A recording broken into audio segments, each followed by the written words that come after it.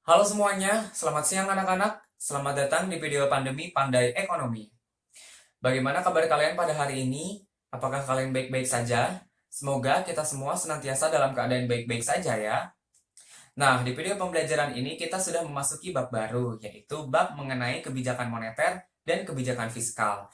Namun, pada video ini Bapak hanya akan menjelaskan mengenai kebijakan moneter saja.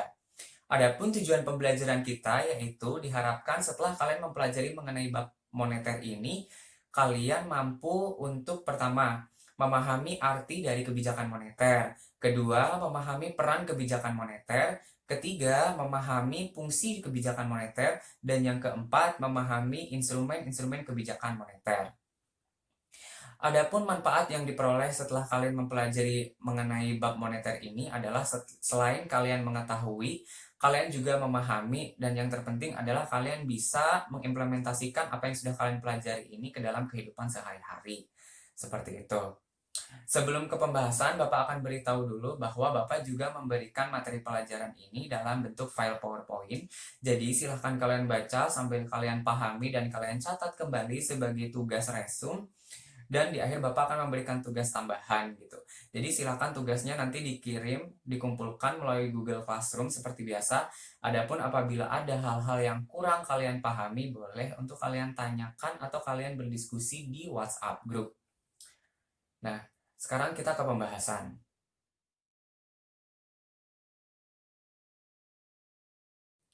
Pada bab sebelumnya, kita sudah membahas mengenai materi inflasi, di mana seperti yang kita tahu bahwa inflasi merupakan suatu keadaan di mana terjadinya kenaikan harga pada kurun waktu tertentu gitu ya. Misalnya pada saat menjelang perayaan Hari Raya Idul Fitri. Biasanya pada hari pertama pelaksanaan puasa Ramadan itu sudah terjadi kenaikan harga gitu. Mengapa hal tersebut bisa terjadi? Karena jumlah yang beredar di masyarakat gitu ya, jumlah uang maksud saya itu banyak gitu ya di masyarakat. Mengapa banyak? Karena seperti yang kita tahu bahwa tenaga kerja selain mendapat gaji pokok gitu ya, mereka biasanya mendapat tunjangan hari raya atau kita tahu THR gitu. Atau istilah lainnya ada gaji bulan 13 gitu. Sehingga hal tersebutlah yang menyebabkan jumlah uang yang beredar di masyarakat itu banyak gitu.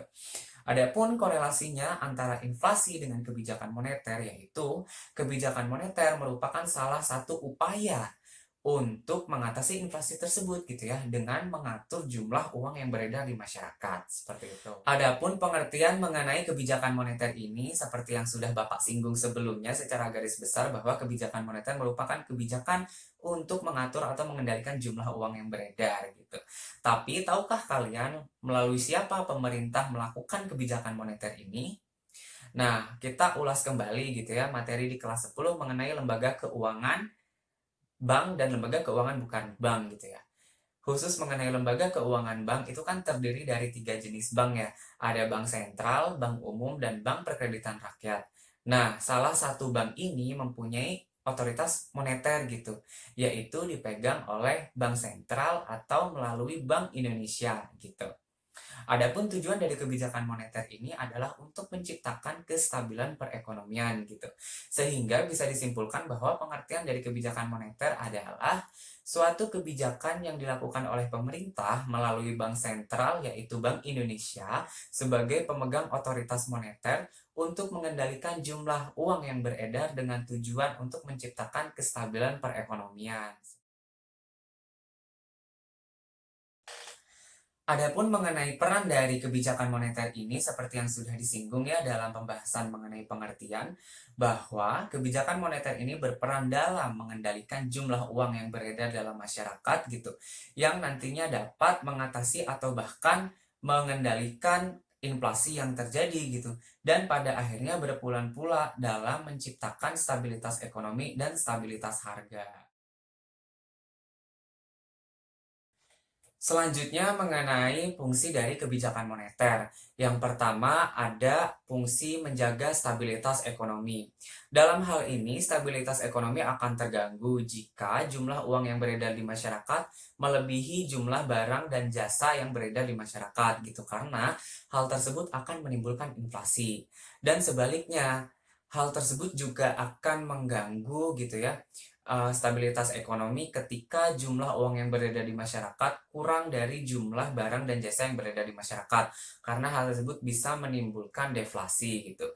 Sehingga kebijakan moneter ini berfungsi untuk menjaga agar seimbang antara jumlah uang yang beredar dan jumlah barang dan jasa yang tersedia gitu, sehingga stabilitas ekonomi bisa terjaga. Fungsi yang kedua yaitu menjaga stabilitas harga. Dalam hal ini, tinggi rendahnya harga sangat mempengaruhi jalannya perekonomian. Misalnya, jika terjadi kenaikan harga gitu ya, maka hal tersebut akan menurunkan tingkat permintaan gitu. Sedangkan ketika permintaannya turun, maka akan menurunkan pula produktivitas dari dunia usaha. Sehingga dalam hal ini perlu untuk menjaga stabilitas harga agar perekonomian tetap stabil. Fungsi kebijakan moneter yang selanjutnya yaitu meningkatkan kesempatan kerja gitu. Dalam hal ini, dengan mengatur jumlah uang yang beredar, maka perekonomian akan stabil. Sehingga hal tersebut juga akan mempengaruhi iklim investasi gitu. Di mana hal tersebut akan memicu para investor gitu untuk menambah atau memperluas investasinya gitu. Dan ketika sudah terciptanya investasi baru, maka akan menyediakan lapangan kerja baru sehingga hal tersebut akan meningkatkan kesempatan. Fungsi kebijakan moneter yang terakhir yaitu memperbaiki posisi neraca perdagangan dan neraca pembayaran. Dalam hal ini, pemerintah bisa melakukan devaluasi, sehingga hal tersebut akan meningkatkan kegiatan ekspor yang nantinya akan memperbaiki posisi neraca perdagangan sekaligus neraca pembayaran. Paling tidak, defisit bisa dikurangi gitu. Atau kalau bisa seimbang gitu dan bahkan bisa surplus, seperti itu. Pembahasan yang selanjutnya yaitu mengenai instrumen-instrumen kebijakan moneter. Nah, pada dasarnya ada dua jenis kebijakan moneter, yaitu ada kebijakan uang ketat dan ada kebijakan uang longgar. Nah, yang pertama kebijakan uang ketat merupakan kebijakan untuk mengurangi jumlah uang yang beredar di masyarakat, seperti itu. Dan yang kedua yaitu kebijakan uang longgar, yaitu kebijakan yang digunakan untuk menambah jumlah uang yang beredar di masyarakat. Seperti itu. Adapun mengenai instrumen-instrumennya akan Bapak bahas satu-satu ya. Adapun instrumen kebijakan moneter yang pertama yaitu ada kebijakan operasi pasar terbuka. Nah, kebijakan ini merupakan kebijakan yang dilakukan oleh Bank Sentral atau dalam hal ini Bank Indonesia untuk mengendalikan jumlah uang yang beredar di masyarakat dengan cara menjual atau membeli surat-surat berharga gitu. Dalam hal ini, ketika Bank Sentral atau Bank Indonesia menjual surat berharga kepada masyarakat, artinya Bank Sentral ingin mengurangi jumlah uang yang beredar di masyarakat dan berlaku pula sebaliknya. Politik diskonto ini merupakan kebijakan yang dilakukan oleh Bank Sentral untuk mengendalikan jumlah uang yang beredar di masyarakat dengan cara menaikkan atau menurunkan tingkat suku bunga pada bank umum seperti itu.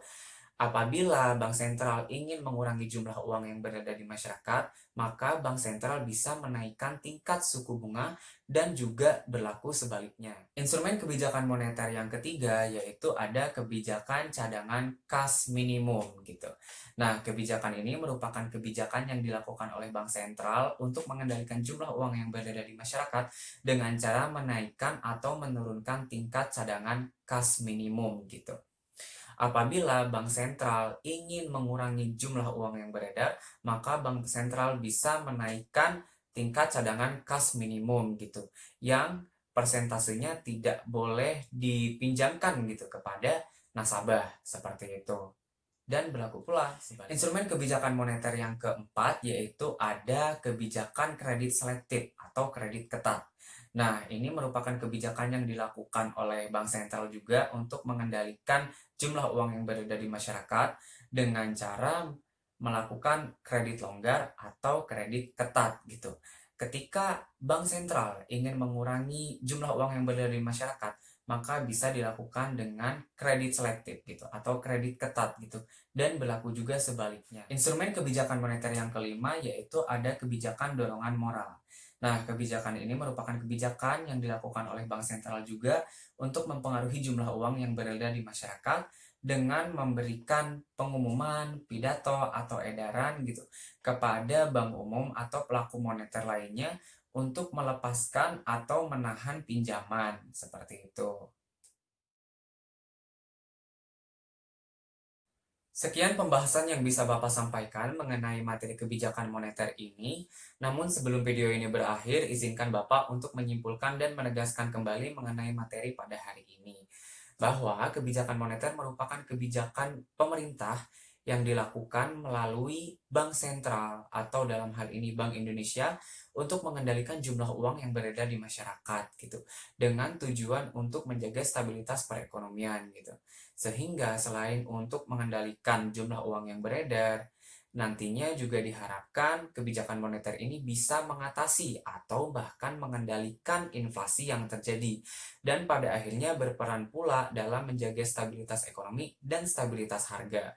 Adapun kebijakan moneter ini bisa dilakukan dengan dua cara, yaitu ada politik uang ketat dan politik uang longgar, dengan instrumen-instrumen yang sudah Bapak jelaskan sebelumnya. Nah, Bapak ingatkan kembali mengenai tugas, yaitu berupa tugas resume materi pembelajaran pada hari ini, ditambah dengan tugas buatlah sebuah analisis mengenai peristiwa krisis moneter yang terjadi pada tahun 1998 gitu. Dan tugas tersebut dikumpulkan melalui Google Classroom. Nah, apabila dalam pembahasan kali ini ada hal-hal yang masih belum atau kalian kurang pahami gitu, boleh kalian bertanya atau berdiskusi melalui WhatsApp group. Adapun mengenai materi yang akan kita bahas pada pertemuan selanjutnya yaitu mengenai kebijakan fiskal. Jadi silahkan kalian persiapkan dari sekarang ya untuk sekedar studi literatur. Nah, di akhir video Bapak ucapkan mohon maaf atas segala kesalahan dan Bapak ucapkan terima kasih sudah memperhatikan dan sudah menyaksikan video pembelajaran pada hari ini. Terima kasih atas perhatian anak-anak semua dan sampai jumpa di video pembelajaran selanjutnya.